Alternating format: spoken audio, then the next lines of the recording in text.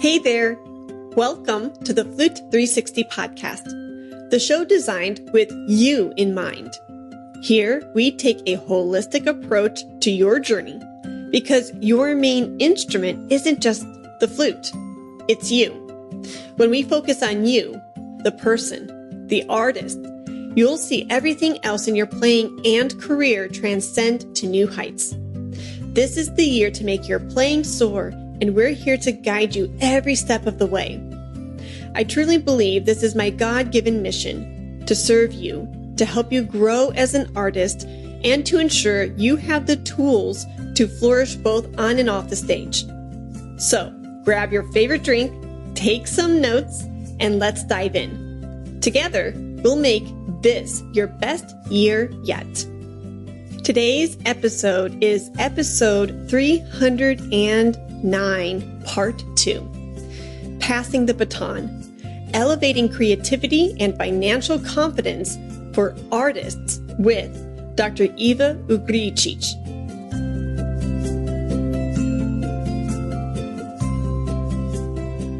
Are you a flutist looking for real connections?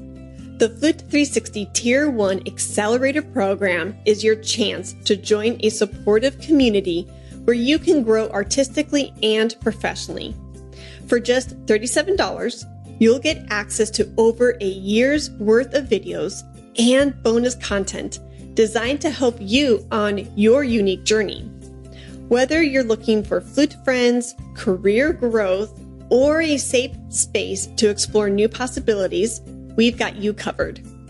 Every video comes with resources and summaries, so you know exactly what will help you the most. Don't miss this opportunity to finally find your people, grow your career, and explore your artistic voice. Join today. Your 360 journey is waiting. Welcome back, 360er. Today, we're diving into part 2 of my conversation with Dr. Iva. If you missed part 1, head back to episode 308, where we talked all about mindset, flute performance, and passing the baton to the next generation of musicians. In this second part, we're getting into the nitty-gritty of financial health and kicking that starving artist mentality to the curb. So let's jump in and continue this powerful conversation with Dr. Iva. So circling back, that right there, I could go on another amazing tangent with you. My goodness, this is one of my favorite talks of all time. You're just phenomenal. So likewise, back, I really feel amazing. This is awesome. This is amazing. This is so uplifting and encouraging. I'm like, yes, I'm going to be riding on this high for the next month, easy. If not for the rest of the year. So because you said clients before the awesome dessert analogy, what is the work that you do? How do you serve your people? What drew you to this work? And share with the listeners about that, because you're in finance and helping people look at finances maybe with a different perspective, with a healthy perspective. And that's what you and I were chatting about at the Flute 360 exhibitor booth at NFA. And I was like, girl, I got to have you on. Let's do this. So let's talk about what we originally planned to talk about. Right. Yeah. So this is my latest venture. So I started about less than a year ago, actually. It's Artistic Wealth Coaching Services. So I provide financial and career coaching to artists and creatives globally, right? So my kind of mission with this business is to eliminate this starving artist mindset. Okay. And showing that it's possible for artists and us flutists and creatives to be wealthy. We can create wealth. We just need the right tools and the right knowledge in order to do that, and the right system, right?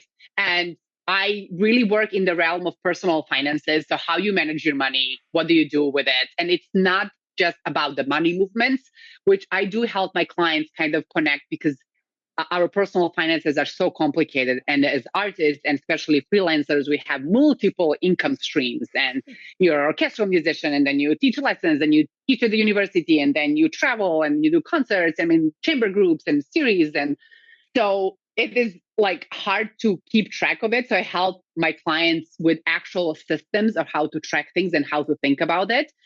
But most importantly is everything actually we've been talking about for the past, 45 minutes already.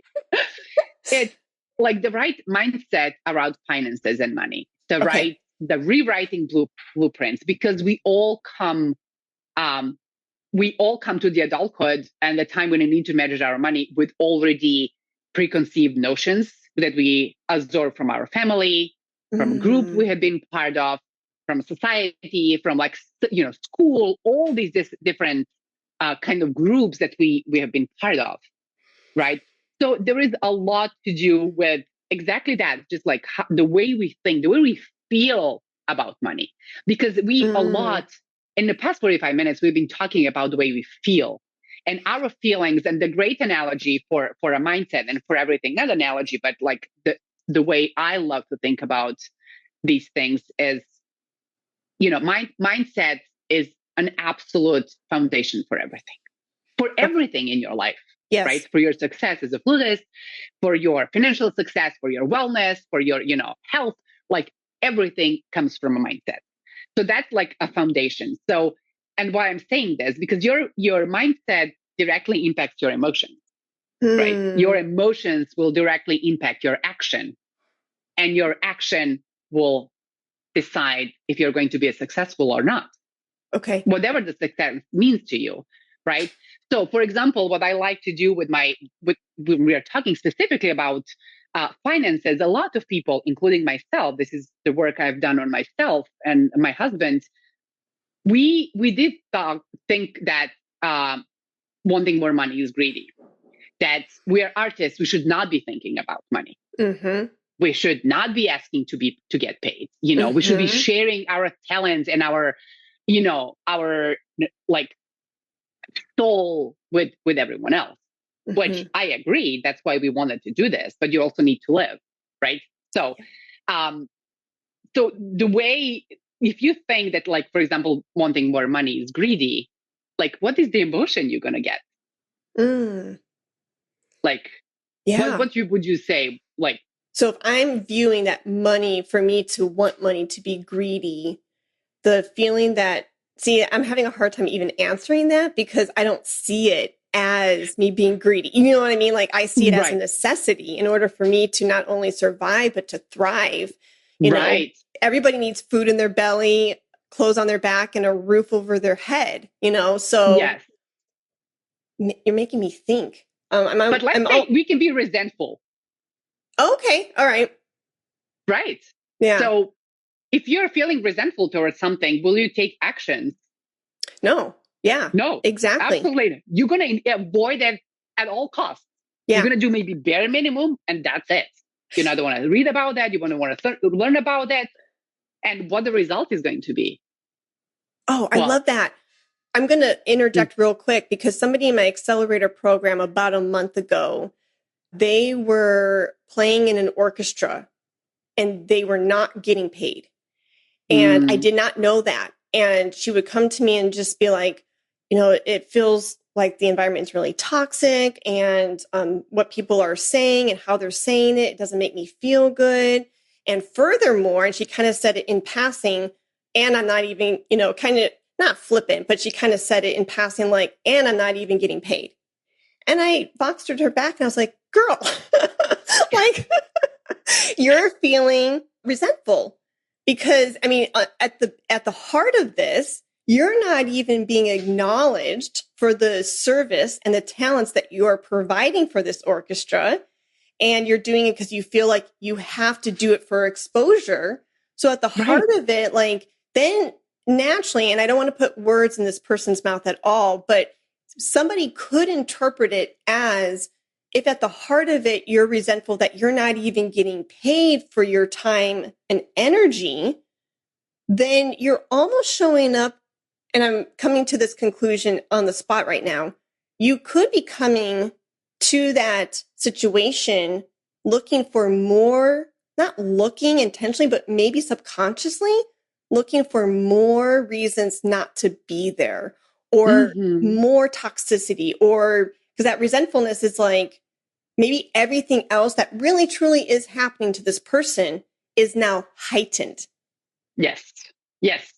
Okay. Absolutely. I mean, and you touched here on like three major points that I want to talk about. So first, when I talk to my clients about like gigs and how they can advance their career, I always talk about this trifecta, right? The three major questions that you need to answer to yourself before you accept any gig. Okay. And so I don't know if we want to go into that right now, but I can mention it quickly. Like the first question I ask myself is, am I getting paid? And I'm happy with how much I'm getting paid for this, or am I getting paid? The second is, do I like group I'm playing with? Am I excited about the people I'm going to be working or the organization?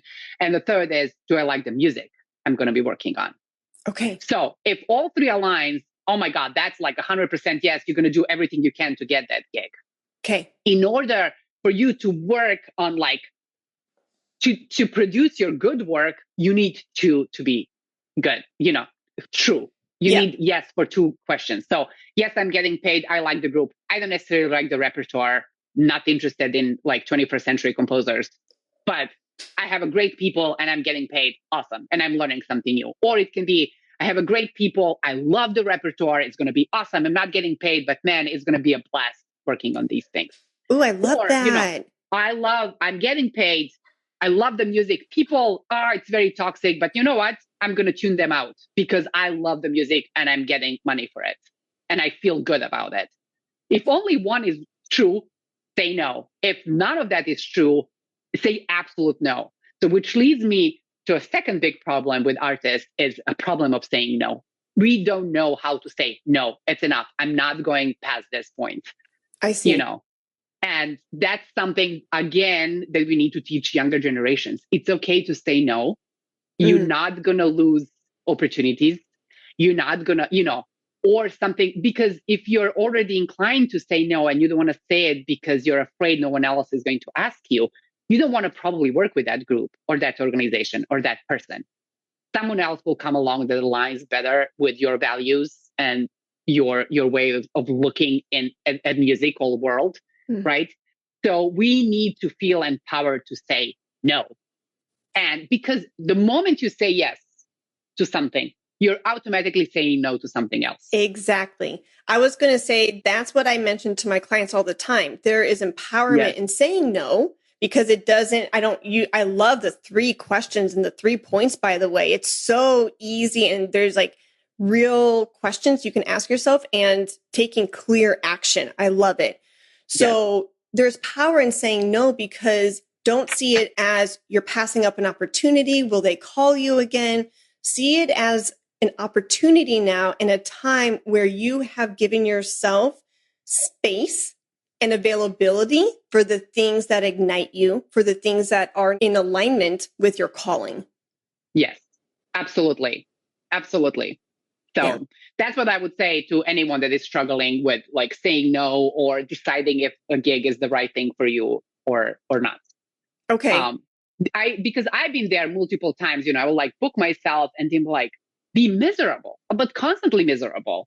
And when I really sit down and ask myself, what would I rather do? I would be like, well, I would rather sit home and like play for myself or read a book.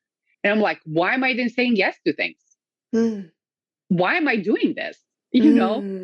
Because I want to be doing and if someone says, well, I need money, there are other ways you can get the other revenue stream instead of like saying yes to gigs you don't like. There's probably something else that you're maybe not seeing. And then you need a coach, to help you find those things. But I'm sure that working and talking with people, you can, kind of combine your skill set, your knowledge, and your passions into something that is very unique to yourself. Yes. So that's amazing. Yeah. So when you hear musicians come to you and specifically say, but I need that paycheck, I need the money, how do you shift their paradigm and saying, yes, okay, money is essential. We need to, be able to feed ourselves and pay the bills. But what are the creative possibilities of you creating an income stream, like maybe over here or over there? Like, is there, you kind of hinted at it. And I think it's kind of like as this Japanese Venn diagram that I've seen on the internet. And that is, what are you passionate about? What are you good at? What's missing in the market? And what can you get paid to do? So those four circles come together at this intersection of you need to be here. And there's, again, infinite possibilities, but you're starting to narrow it down and see clearly of what income stream you would like to generate for yourself. So do you go through something similar, like a similar exercise to help them redefine how to bring in that revenue where they don't feel like they have to say yes to that gig that they really don't want? Yes, absolutely. And there are multiple methods to accomplish things and like come up with this idea. But there is also, it's very, and this is the beauty of our work. It's so individual. You know, I have never had a client that had the same problem ever. Maybe they have in the same realm of like, how can I move this? But, for someone is like, oh, I have, so many people in a studio and I want to serve all of them, but I'm burned out. And then you come up with a different system. Like, can you do smaller groups? Can you put them in a masterclass setting? Like, how can you offload things that you still have the same income streams, maybe even higher, because you can serve multiple people at the same time, and like, so there is a lot of ways you can think with a client through. Like, for example, I had one client that was, she's a great pianist. She's also a composer. She has a huge passion for kids. Like, she loves working with kids. And from day one, she has been talking about, her work with her own kid and her working in an institution that works with kids, and like she's teaching them music and all of that. And then, through our work, we're like, well, why don't you create a book that is specifically geared towards like mothers or, parents and kids in a way that they can work together through like music and teach kids music, and you like write write songs and write scores and have a sing-along track. It's because she has all of those skills. Like, she has been doing this for her kids. And I was like, why you don't combine that and sell them online as a separate tracks, and then you write a book and offer it to other music institutions or, daycare providers that would need that, and she was like, oh my God, that's like, and that's what she's doing, so it's like, I combining love that. her personal interest and her skills into like creating a new revenue stream. That is a perfect example. Yeah. And kind of daring to step outside of the box of the possibilities for yourself. Yeah. A lot of people would not even think that they're capable of doing that until you like break it down for them. Like, no, you have all of this. And the things that you know, you're going to learn. And if it's too much to learn, again, you're going to bring people forward. Like when I started like my nonprofit organization, I had no idea how to fundraise. So I was like, I'm going to reach out to professional fundraisers and ask them what to do. And that's how I learned. Like, Smart. It's just like, I don't know to do everything. Yeah. I don't know how to do a lot of things. So, I'm just going to reach out to people and not be afraid of reaching out to people. You don't need a perfect email. You need an honest approach and very to the point. This is what I need. Can you help me, please? And a lot of people will jump in at the opportunity to help you because people are good. Yeah, they are. Yeah. They really are. And I thank you for bringing that to everyone's attention. And it's a great reminder for all of us. That's what I tell my 3-6-years all the time. And I ask my students, especially the ones who are figuring out what graduate program to go into, what professor to study with for the next 6 years. And I'm like, reach out, just ask. And you see the hesitancy. And I'm like, why are you so hesitant? And they will usually use this verbiage along the lines of, it's intimidating. And it's intimidating. And I get it. I so get it, because I think we put these people on these pedestals of kind of going back to earlier what we were talking about, right? Absolutely. We put these people, and rightfully so, they've accomplished a lot and we honor, respect their work, but so much so that they're put on this pedestal that now they're unreachable. They're unattainable. I can't possibly reach out to, this person. And it's like, no, they're a human being. They're a mom or an aunt or a dad or an uncle, and they probably have a pet at home, and they know loss, and they've seen death, they've seen birth, they've seen all of these human experiences that we get to experience. And so reach out. And I use this example a lot. Of the 300 people that I've interviewed through the podcast, I've only had 2 people of the 300 say, no, thank you. Yeah. And it was only because of their schedules. Well, that's what they told me, and that's totally fine. But I say that because that's a good example. That's like 0.00 whatever % of the people who said yes. And that just shows you people's willingness to help, people's willingness to sit down and share what they know with others from the kindness of their heart. And it's just mind blowing. It's like, that in of itself is proof in the pudding. You know what I mean? Yeah. And for you, full circle back to what you're saying about, I didn't know about fundraising, but you know, like, yeah, that's scary. But you stepped outside of that comfort zone and said, you know what, though? I do know people who would have the answers to these fundraising questions. Let me ask.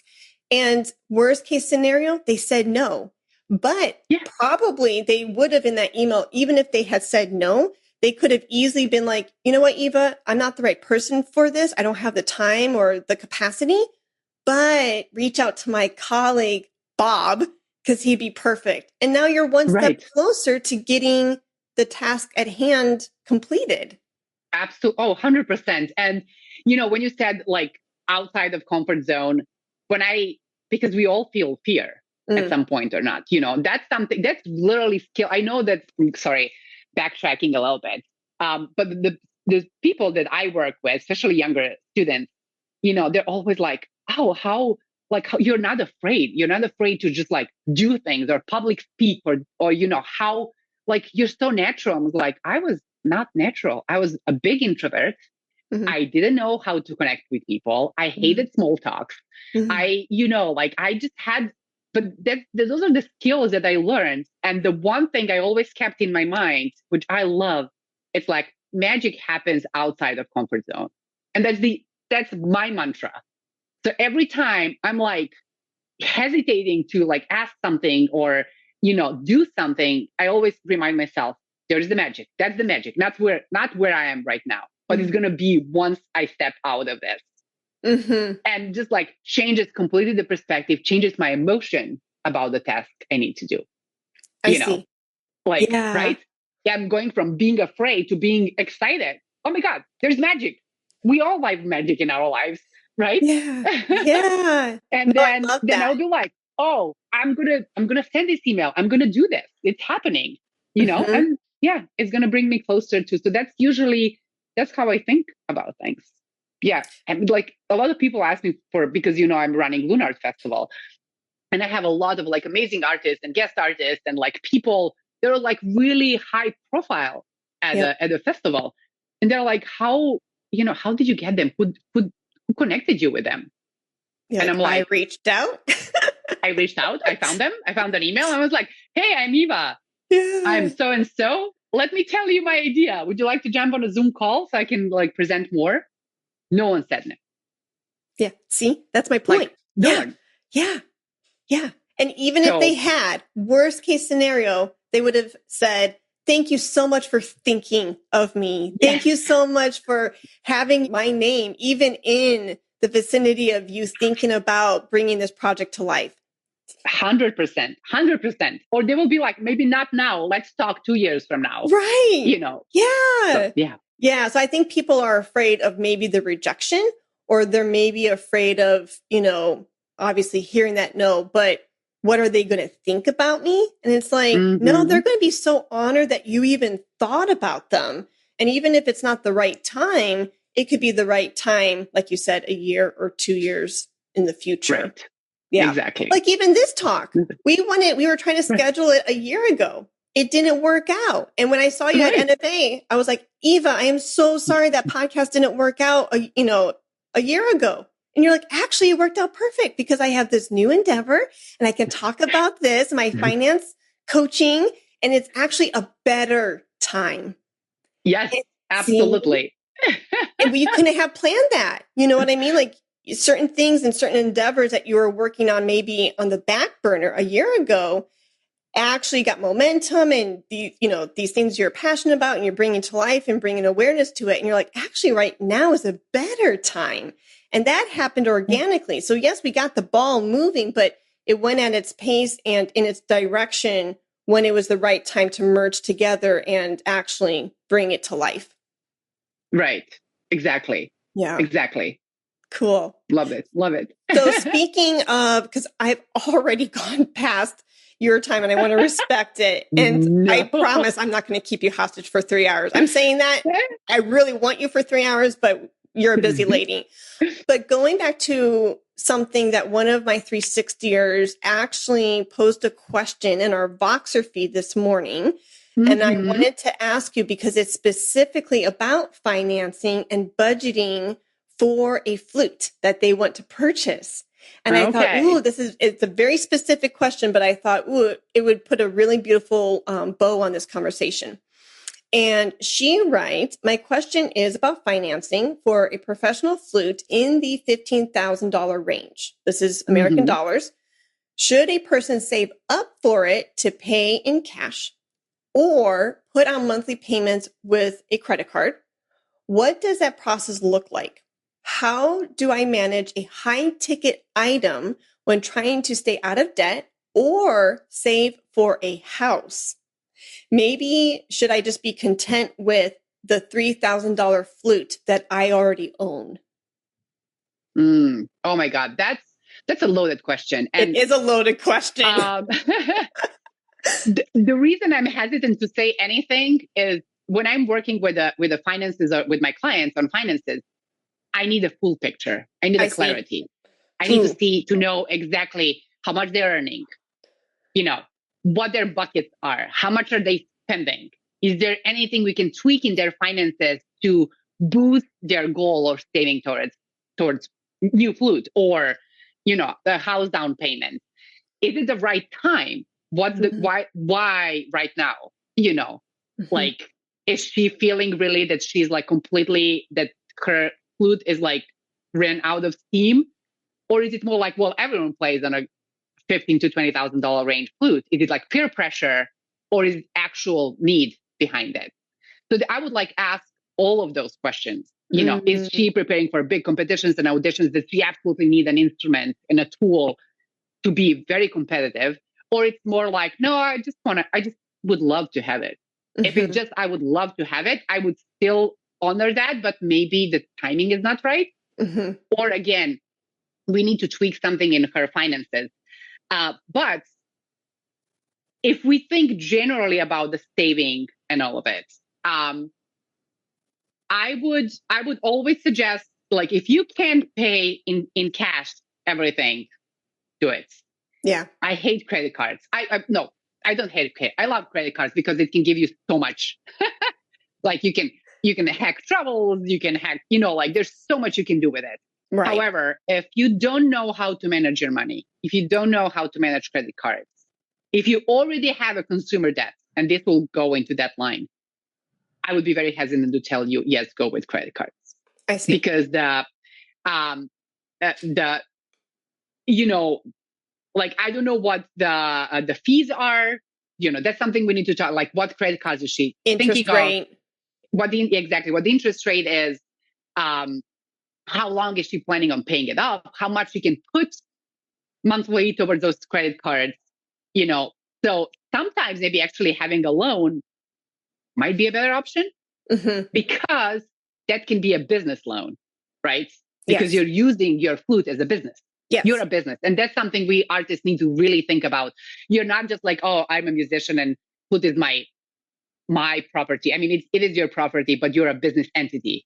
Me, Iva Ugrčić, I'm a business entity. So everything I'm doing flute related, performance-wise, I have a special account designated just for that. Can you say that again for the people in the back about you are a business? Can you say that louder? Because that's like literally one of my soapboxes. Yes, you are a business entity and you need to run you and your career as a business.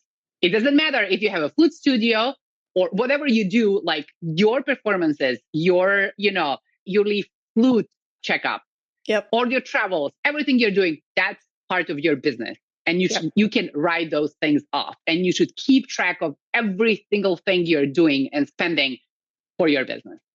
Okay. Hands down. So going back to purchasing a new instrument, it depends on what age they are.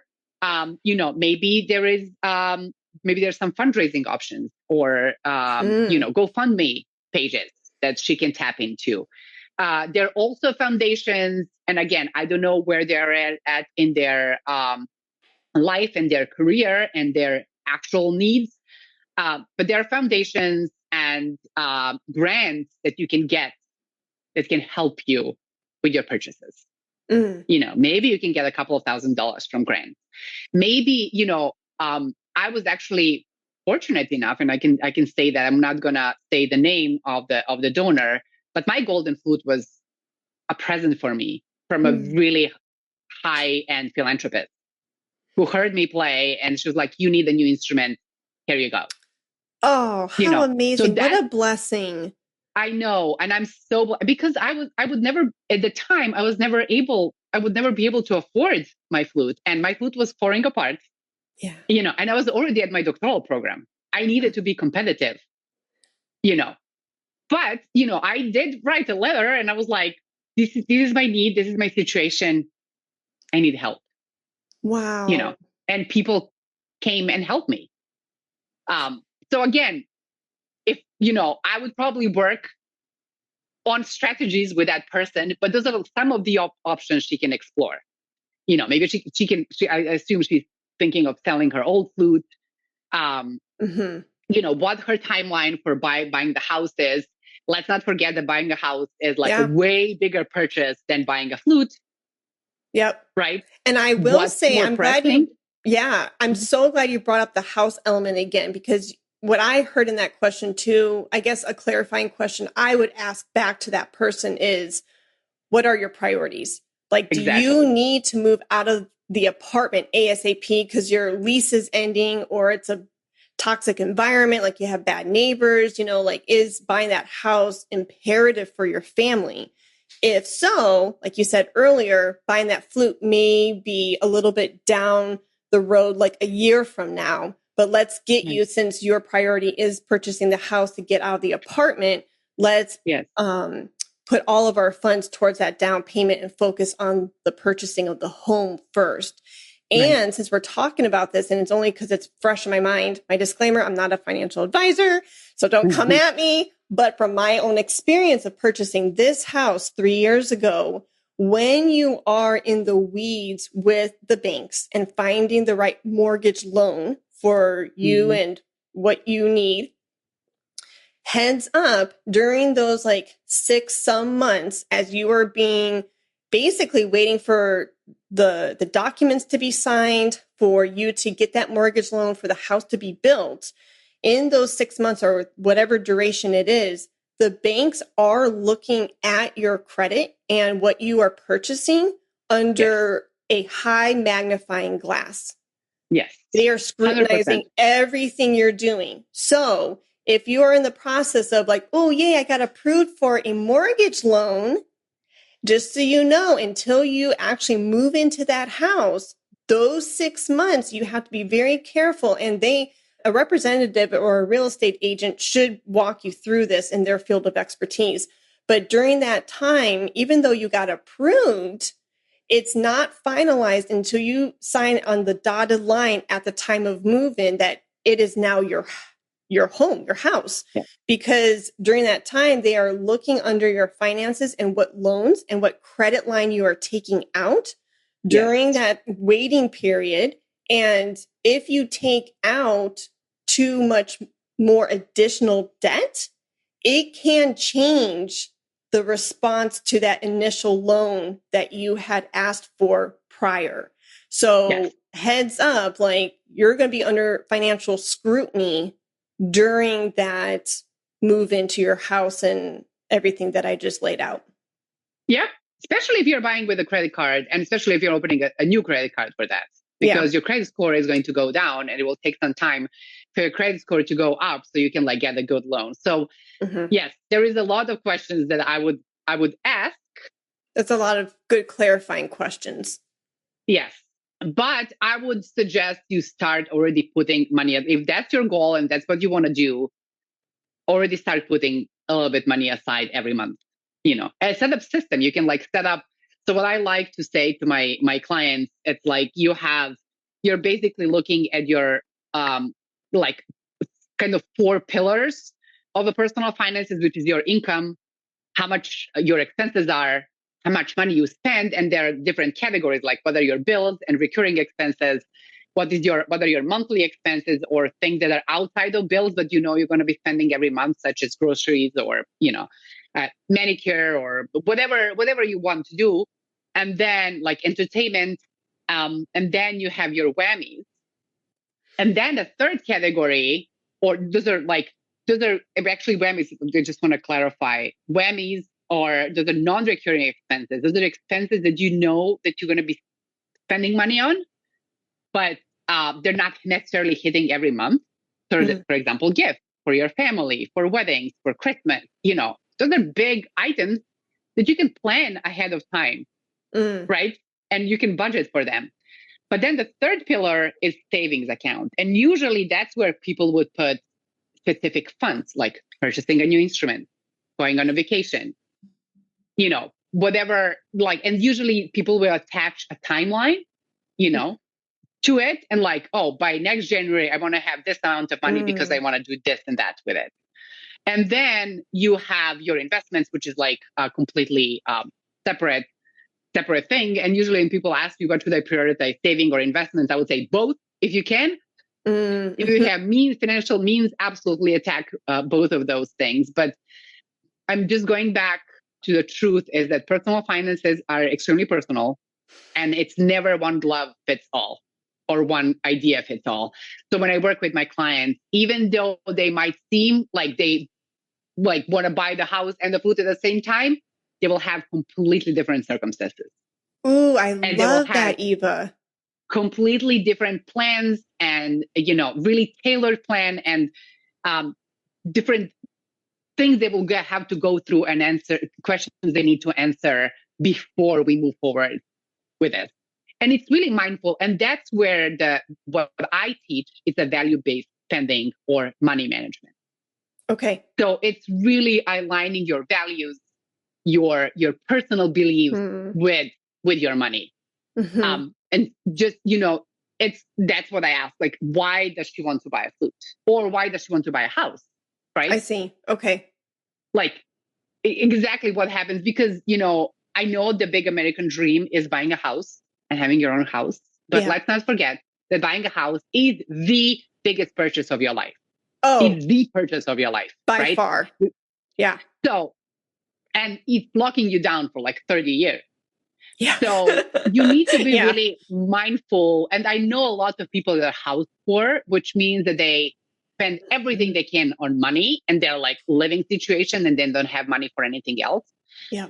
I know a lot of people will tell me like, well, money is an asset, and I'll be like, we need to rethink that. Because if you're living in that house, it's not necessarily, it does count towards your net worth, but it's not, it's an asset, but it's not actually an investment because you're living in that house. If you're renting it out and it's a purely revenue generator for you and for your life, then it's a different approach. But, house is a money pit. Yeah. A lot of times, so you just need to answer those questions. And if I didn't have a baby and a family, I would probably just be renting and be happy with it. Okay. That's the thing. We bought a house, but we actually bought it as an investment. So now we're living separately from we don't live in our house because we're renting it. So it's just, there's a lot of things to think about when it comes to personal finance. That's the whole point. And it's extremely personal. So. I love that. I love how you articulated that. And it is personal. Like we hear that phrase being said quite a bit, personal finances, but actually like seeing it for what it is, like, oh, it is individualized. It is personalized for that individual. Yes. And to each their own, because everybody's circumstances are going to be different. Debt is going to look different from one person to the next, et cetera, et cetera. And end goals, priorities, everything we just laid out.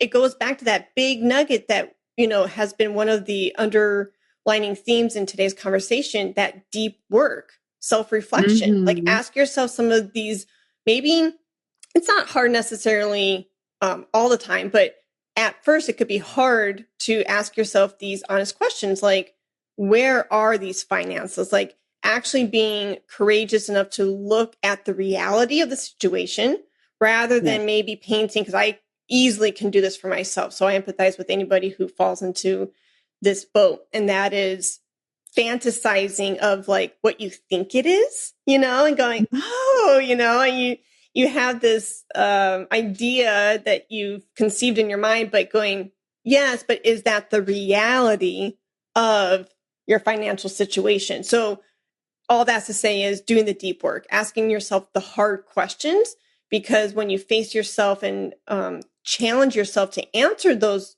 hard questions at first, then you can normalize it and go, oh, okay, like I have a grasp of reality. This is what I have, and this is what I'm working with. And this is my goal to reach, these are the steps to reach this goal. Exactly. I mean, the very first thing I usually do with my clients is just like have a really clear picture of their current finances. Okay. Right? But I do talk a lot. I don't want anyone to think that I'm like, oh, your dreams, forget about that. Let's look at the reality, because we want to set ourselves up so we can accomplish our dreams. Okay.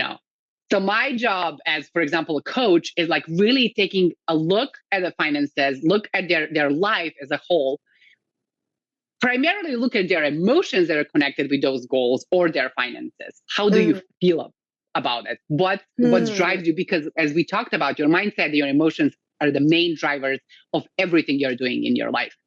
Every single aspect of your life. So, and then if we decide like, yeah, this is your goal, this is what you want to accomplish, then you go back and you're like, how can we move things around in your finances in your life so we can accomplish that goal? To make this possible. Yes.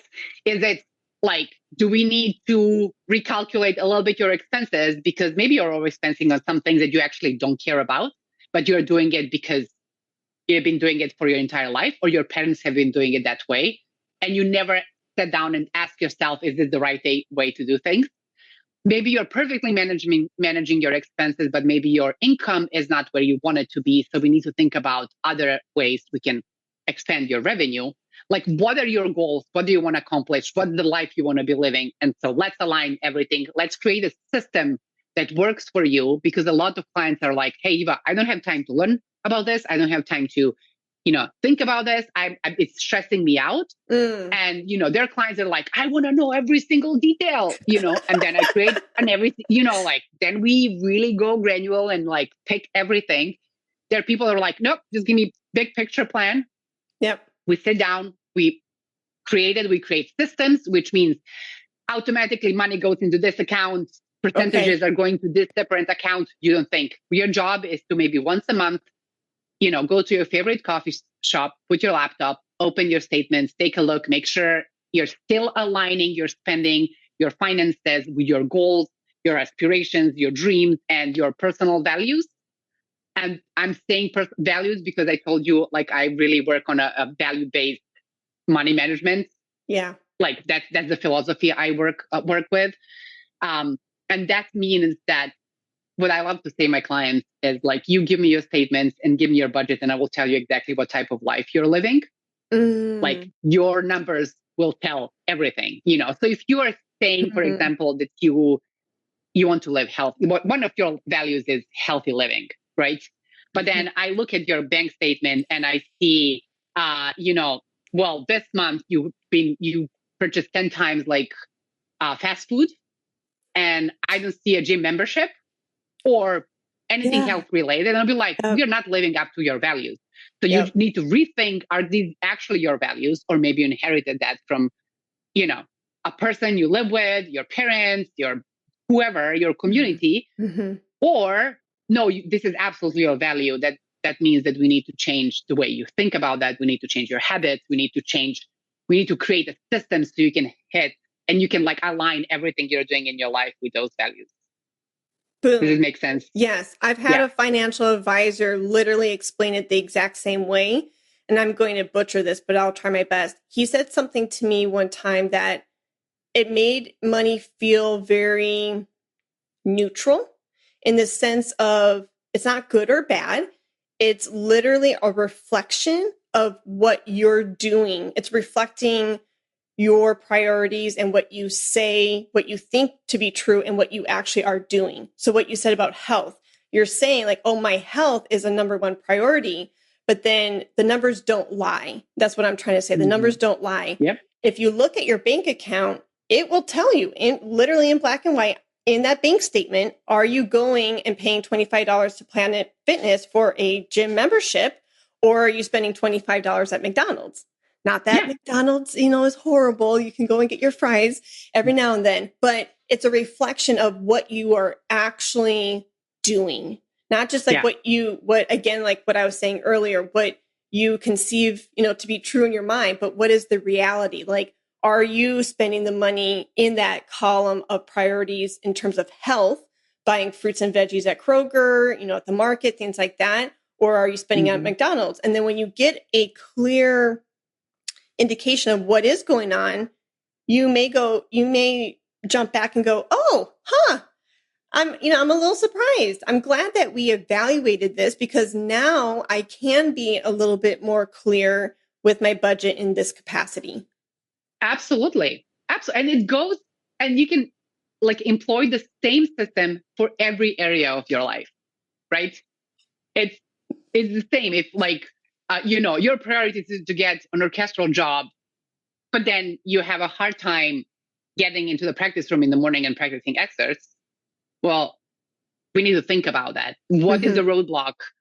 Do you actually want this, or you're saying this because everyone around you thinks the same, or 95% of the people think the same, and you just think that's what you should be doing? Or, that's what you think other people think you should be doing, right? It's just like, is this really who you are? So that's where, the most successful people are the people that are aligning their values with everyday habits and actions. So taking an inventory. Yeah, absolutely. Yeah, absolutely. So yeah, that's kind of the basic philosophy behind things. But there's so much, the personal finances world is so complex. I mean, it's complex in terms of how many things we can discuss and talk about and dive into, but it's not as complex to employ. Like it's not, people, and I'm talking about financial advisors and like bankers and all of that. They're trying to make it complicated. Yeah. But not as complicated, and you can do it, and you should be doing it. And the reason when I'm so passionate about this, because we are artists. Art is the universal language, but so is finance. So is money. So we need to learn how to speak that language. We need to understand it in order to feel comfortable in that. And there is no, you need your financials in order to thrive in your life. Yes. And that's the whole point. You need financial stability so you can do what you do best, which is creating art. Boom. Yeah. Yeah. Well, I will give you that timestamp, and I hope that literally that tagline that you just described so beautifully is a tagline or a mantra for your business. Everything you just said was, it could literally, like if you did the transcription of what you just said, that could easily be like the headliner on your main page of your website. That was so to the point and perfect. Perfect. Yeah. If you do that, just send it to me. Okay. Yeah. What did I say, Heidi? Oh, at timestamp. Oh, shoot. I love, Iva, that you're so passionate about this and you're articulating these, like you said, could be, a lot of financial advisors and articles and things out there make it seem overwhelming and complicated. But one of my mantras in life is kiss it, keep it simple, smarty. And it doesn't have to be overcomplicated. It can be kiss it. And I love that you're passionate about this and you feel drawn to this work, because I completely agree that this is one of the myths that we need to kick to the curb for musicians. And it's this starving artist. There's nothing romantic about being a starving artist. And so for us to start normalizing this conversation in our industry is paramount. So thank you so much for your contributions to our community in this way. My pleasure.